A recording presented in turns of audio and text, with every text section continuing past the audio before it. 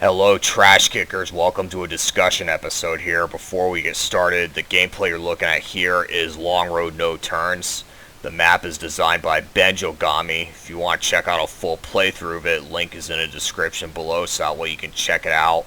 Secondly, I included a PayPal link for anyone who's interested in contributing to this channel. It's a great way to help me earn more revenue, especially due to the suffering advertising revenue on YouTube due to the pandemic. Third thing is that any abusive comments will be reported, so please do keep your comments respectful. Now that stuff is out of the way, let's go over news media bargaining code. Yes, that is the topic for this discussion. And why is this important to talk about with you? Want to know why? Because if this new bill passes, this can have some devastating consequences for the creators and the consumers on the internet.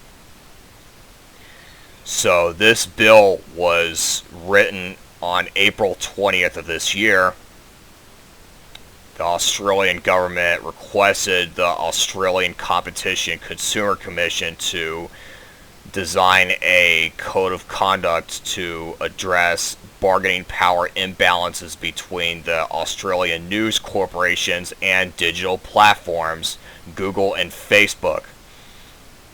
The good news is that everyone was invited to submit their opinions about the bill by August 28th, 5 p.m. Australian time. And you know what? I participated in the submission, and I said that I'm against this new bill because if it becomes a law, there could be devastating consequences. And what are the consequences? Well, let's go over the consequences for the law if it does ever come in place. Okay, news organizations would manipulate YouTube's ranking system, and that would be dangerous because consumers are not going to be able to get the content that they enjoy.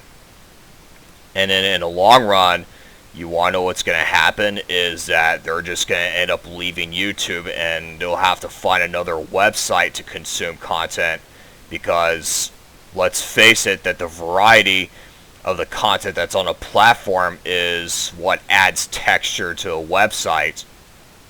And if we don't have that texture, the website is not going to be able to keep the audience. Okay, that's number one. Secondly, news organizations would take a portion of revenue away from the creators. And this is a problem if you're a person who relies on YouTube for a living, and especially if you can't get a job elsewhere.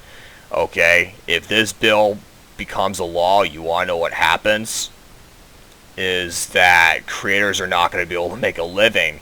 They have bills that they have to pay, and I'm pretty sure that the reduction would be pretty big.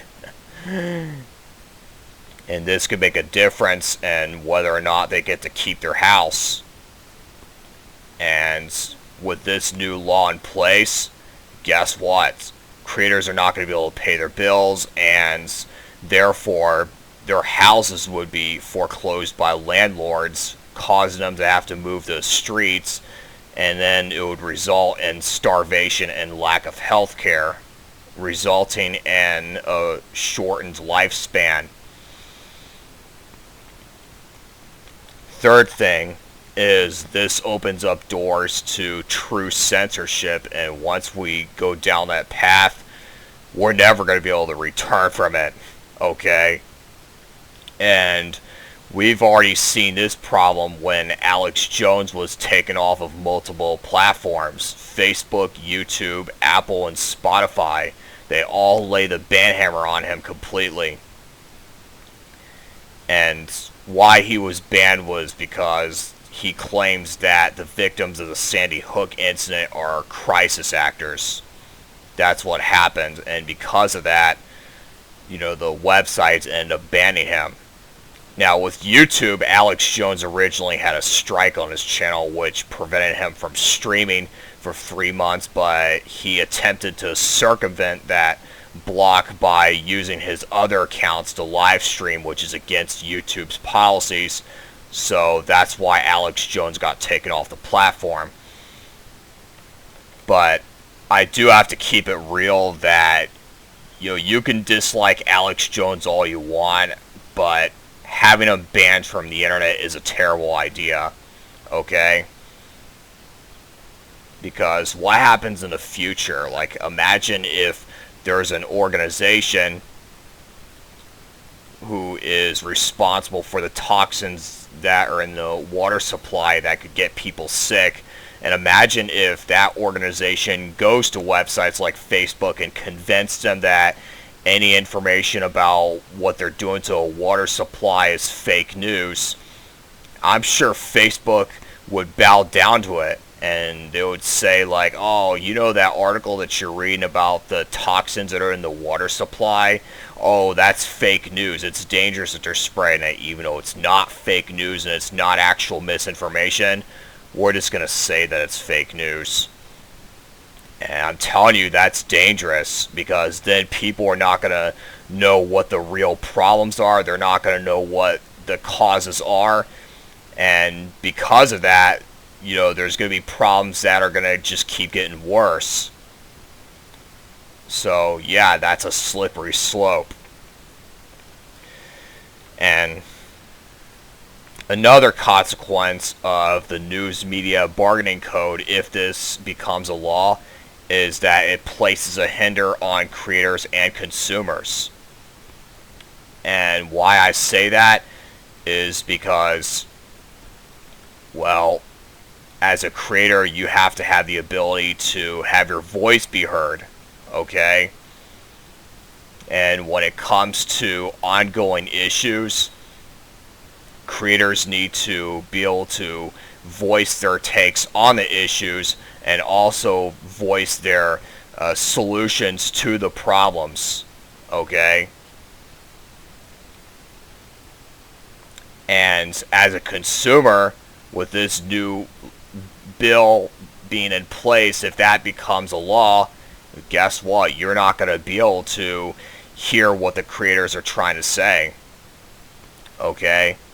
And not just that, but you're not going to get the content that you enjoy watching. So, and I can say it right now that there are instances when the creators are addressing a truth that news organizations are not willing to discuss. And yeah, that does happen, believe it or not. And there are instances when even news organizations spread lies. Examples would be CNN, okay? They spread lies about politics. And do you realize how many times they've been caught doing that? Answer is a lot. And there's also topics that news organizations are getting paid not to talk about, okay? Like, for example, harmful substances contributing to violence in our society, okay? I mean, yeah, harmful substances do contribute to that because they mess up your brain, but the bad news is that news organizations get paid not to talk about that stuff, so as a result, they use violent video games as a scapegoat. Okay, and same goes with politicians too, believe it or not, okay? They use violent video games as an excuse for tragedies when there are studies that show that it's not violent video games that cause it. Okay, there's other stuff too that causes violence besides harmful substances, which if you want to find out more information about it, I'll give you a link to my discussion video titled "Don't Blame Mature Rated Video Games for the Terrible Incidents." Okay? And when it comes to news organizations, in addition, you know what? And there's people out there who've been banhammered for expressing the truth. And yeah, that does happen. Like, for example, okay, Ashley Banfield and Phil Donahue, who worked for MSNBC, okay, because of the facts that they were anti-Iraq war, well, guess what? Corporate news media silenced them, okay?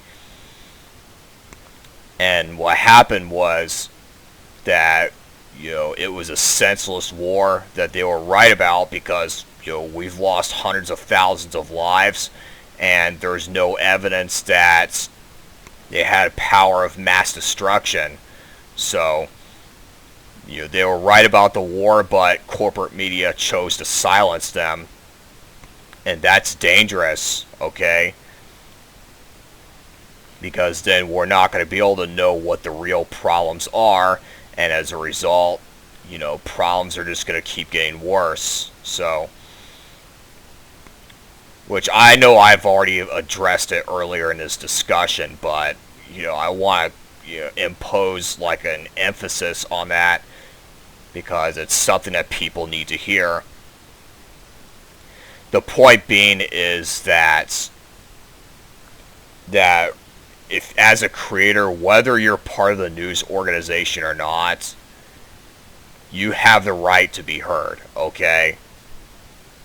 News organizations, etc., do not have the right to choose what you get to hear or not get to hear, okay? And there's stuff out there that needs to be addressed even if people don't want to hear it, okay? Just because it's, inconvenient doesn't mean that it's false, okay? So to the creators out there, your voice matters. That's the point that I want to address to you, okay? Don't let organizations silence you. Whatever you need to say it, okay? Anyways, if you enjoyed this episode, make sure you leave a like, leave your thoughts in the comments section down below. If you'd like to see more of my activities and you have not subscribed yet, make sure you hit the subscribe button down below. If you're interested in contributing to this channel, there's a link to my PayPal, so that way you can donate. As always, thank you for watching, and I hope that all of you have a good one.